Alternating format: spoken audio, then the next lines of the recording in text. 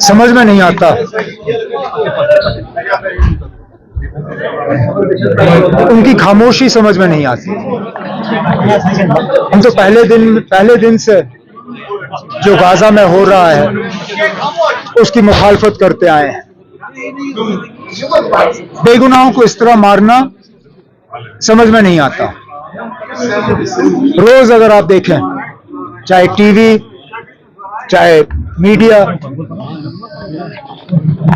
Gaza की बमबारी में बेगुनाह लोग मारे जा रहे हैं। बच्चे, औरतें, जवान मर्द, जिनका इजराइल के ऊपर हमले से कोई लेना देना नहीं, लेकिन उनको बेरहमी से निशाना बनाया जा रहा है। और तो और इजराइल को इस मामले में खुली छूट दी जा रही है। और दुनिया ने ये शायद साबित किया है कि इजराइल के लिए एक कानून है और रूस के लिए दूसरा। जब रूस ने यूक्रेन का गैस बंद किया, पानी बंद करने की कोशिश की, खुराक बंद करने की कोशिश की, तो यूरोपियन यूनियन के सदर ने कहा कि this is a war crime. ये रिकॉर्ड है, ये मैं कोई हवा में बात नहीं कर रहा हूं। ये यूक्रेनियन प्रेसिडेंट का उस वक्त का बयान है कि लोगों को अपने हकूक से महरूम रखना, बिलखसूस खाना पीना और तेल, ये एक वॉर क्राइम है।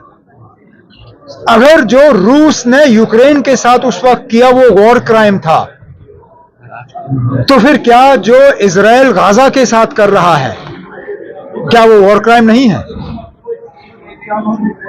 सीधी सी बात है। अगर वो गलत था तो ये कैसे गलत नहीं है? और अगर ये गलत था तो फिर जो रूस ने उस वक्त यूक्रेन के साथ किया वो गलत हो नहीं सकता। दोनों चीजें सही नहीं हो सकती। अब दुनिया को ये तय करना होगा कि क्या वो सही था या ये सही है। बस लेबनान और ईरान के बगैर किसी ने ये फेवर में बात नहीं की। हालांकि इसमें ये भी कहा जाता है कि मुस्लिम पॉपुलेशन है, जबरन उस जमीन को खाया गया है, लेकिन फिर भी अपनी हुकूम से महरूम। उनको अपने जमीर को खुद जवाब देना होगा। मैं इसमें कुछ नहीं कह सकता। जंग को लेकर विदेश नीति और कुछ पॉलिसी है सर, जो इस जंग को लेकर फॉरेन पॉलिसी है, क्या केंद्र सरकार की बदली नजर आती है? जो फॉरेन पॉलिसी है इंडिया की, केंद्र सरकार ने इसमें कोई बात छुपाई तो है ही नहीं। पहले दिन से उन्होंने इजराइल का साथ दिया।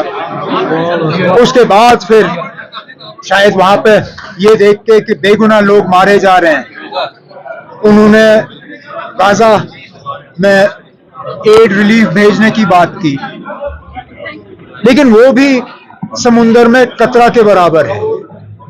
जहां रोज दिन के 100 ट्रक जाया करते थे, आज 20 ट्रकों को भी जाने की इजाजत नहीं दी जा रही है। अब खुदारा मुझे ये बताइए ना, लाखों की आबादी 10 या 20 ट्रक से क्या करेंगे? बमबारी रुकनी चाहिए। उसके बाद जो आगे की कार्रवाई होगी वो देखी जाएगी, लेकिन कम से कम बेगुनाह लोगों को इस बमबारी में जो निशाना बनाया जा रहा है वो रुकना चाहिए। तो सर, मिडिल ईस्ट या एशिया पर हमारे यहाँ कुछ इम्पैक्ट पड़ सकता है अगर ये लंबा चौड़ा खींच गया तो खलिश पैदा बनेगा? मुमकिन बात है। अगर ये बढ़ गया तो इसमें हम जरूर फंस जाएंगे। सिर्फ इसलिए कि आप देखिए इस मुल्क की कितनी आबादी वहां पे है, कितने लोग इस मुल्क से वहां काम करने जाते हैं। दुनिया में कोई और ऐसा मुल्क नहीं है जिसकी इतनी बड़ी आबादी वहां पे काम करने के लिए बसे हों। अगर ये जंग गाजा से बाहर इसका दायरा बढ़ गया, जाहिर सी बात है कि हमारे लोग इसके लपेट में आएंगे। इसीलिए तो हम कहते हैं कि बमबारी रुकनी चाहिए, ये जंग रुकना चाहिए और यूनाइटेड नेशंस और बाकी मुल्कों को इंसाफ देना होगा। ये अलग अलग कानून अलग अलग मुल्कों के लिए जो है ये हो नहीं सकता। ह्यूमैनिटेरियन बेसिस पे एड भेजा गया है, लेकिन बात नहीं की जा रही। इस तरह के जो वाक़ात होते हैं उसमें अक्सर बेहतर हो चुकी साथ में, तो आपको लगता है इसमें अब यूनाइटेड नेशंस ने खामोशी तो नहीं की, लेकिन बदकिस्मती से उनकी बात को ज्यादा तवज्जो दी नहीं जा रही है। लेकिन जहां तक मैंने देखा, यूनाइटेड नेशंस ने बीच बीच में इस पे बात की है और ह्यूमैनिटेरियन जो क्राइसिस वहां पे बना हुआ है उसको भी उसको लेके उन्होंने बात की है। लेकिन क्योंकि इजराइल को अमेरिका, बरतानिया और इन बाकी मुल्कों से इतना सपोर्ट मिल रहा है, तो शायद यूनाइटेड नेशंस का असर जो है वो इतना नहीं है जितना हम चाह रहे थे कि होगा। सर, यहाँ पर जामा मस्जिद को भी बंद